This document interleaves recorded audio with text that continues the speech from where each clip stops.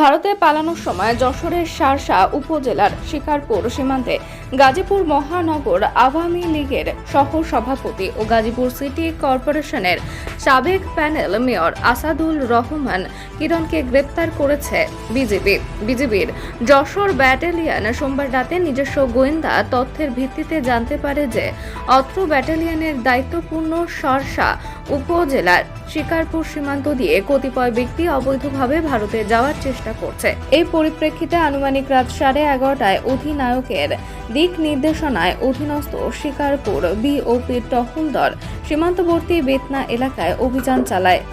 এ সময় বর্ণিত স্থান দিয়ে অবৈধভাবে ভারতে যাওয়ার চেষ্টাকালে গাজীপুর মহানগরের আওয়ামী লীগের সহ সভাপতি ও গাজীপুর সিটি কর্পোরেশনের 43 নম্বর ওয়ার্ডের সাবেক কমিশনার ও প্যানেল মেয়র আসাদুর রহমান কিরণকে আটক করতে সক্ষম হয়। আটককৃত ব্যক্তিকে জিজ্ঞাসাবাদে জানা যায় তিনি স্থানীয় রামচন্দ্রপুর গ্রামের মানব পাচারকারী চক্রের সদস্য নূর নবীর মাধ্যমে 1 লক্ষ টাকার বিনিময়ে সীমান্ত অতিক্রম করে ভারতে যাওয়ার জন্য চুক্তিবদ্ধ হয়ে সীমান্তে এসেছিলেন।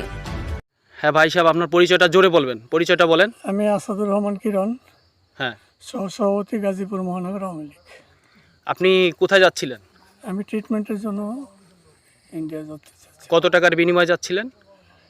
টাকা কোনো তো টাকা ছাড়া আপনি ইন্ডিয়াতে যাচ্ছেন, কার মাধ্যমে যাচ্ছেন? আমি তো চিনি না ওদের। আমার যে লোক এই লোক তার এখানে কত টাকা কন্ট্যাক্ট হয়েছে আপনার? 1 লাখ টাকার মতো। 1 লাখ টাকা কন্ট্যাক্ট, তাই না?